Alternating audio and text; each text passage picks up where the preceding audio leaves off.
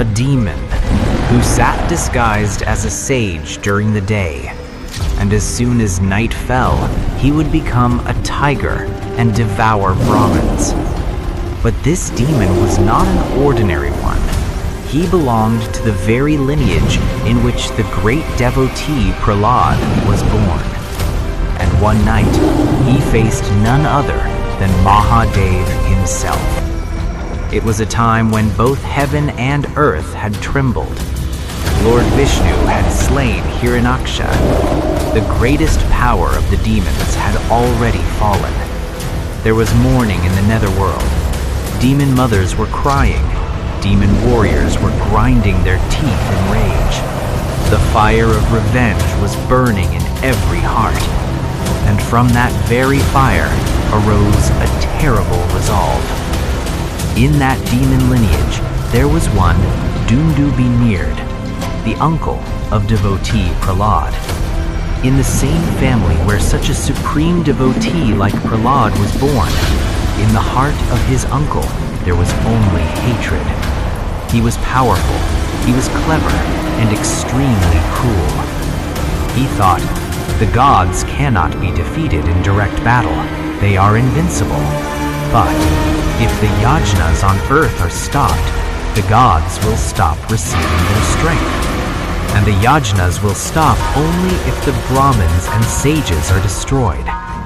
This was his conspiracy, to cut the very roots of Dharma, to weaken the gods without a war.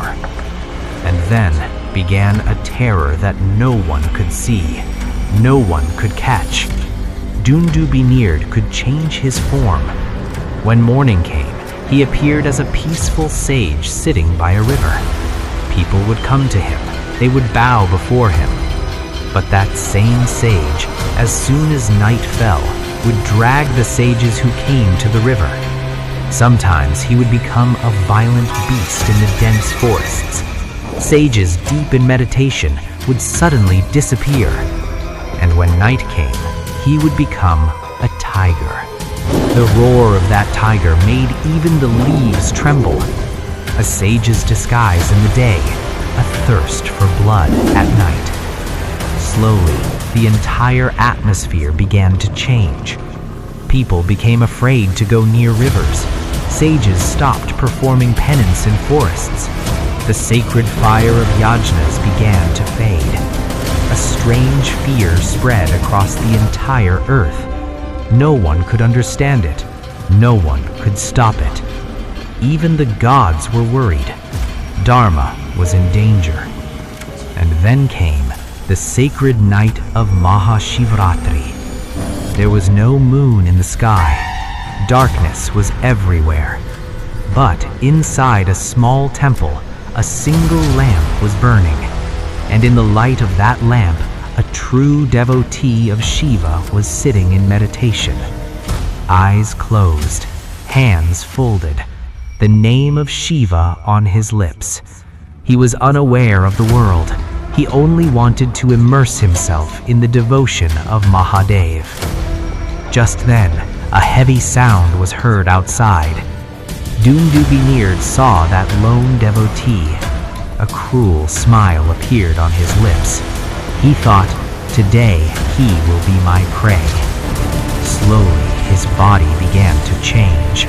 His hands turned to claws, his eyes turned yellow, and in moments he transformed into a gigantic tiger and leapt towards the devotee. But he stopped, as if he had collided with an invisible wall. Around that devotee, there was a divine shield of Shiva's mantras. The tiger growled. Then it attacked again, then stopped again. He could not even touch him. Panic began to rise inside the demon. What is happening? Who is this ordinary human? And then the Shiva lingam trembled. The walls of the temple shook.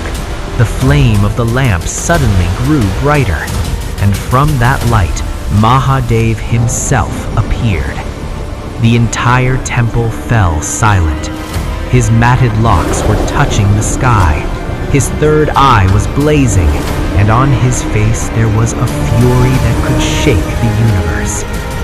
Dundubhinird's breath stopped. There was no time to escape. Mahadev seized the tiger and pressed him to the ground, as if a mountain had crushed a blade of grass. Then that mighty hand rose and struck with a terrible blow. A scream echoed through all three worlds, and then everything became silent. Dundubhinirda was finished. Dharma had been protected. From all directions, sages and Brahmins came running, those who had been hiding for years, those who had stopped performing yajnas out of fear. They all gathered there, and they saw Mahadev himself standing there after destroying the demon. Tears filled everyone's eyes. All folded their hands. Lord Shiva then gave a blessing. Whoever comes here to have the darshan of Vyaghreshwar Mahadev will have their fears and sufferings destroyed. They will attain happiness, victory, and liberation. That is why this Shiva Lingam came to be known as Vyaghreshwar. This sacred Shiva Lingam still resides today in Kashi, Varanasi, in the Jeshteshwar region. Remember, whenever Dharma faced danger, whenever a true devotee called out, Mahadev himself came, and he still comes today. Only true devotion is needed.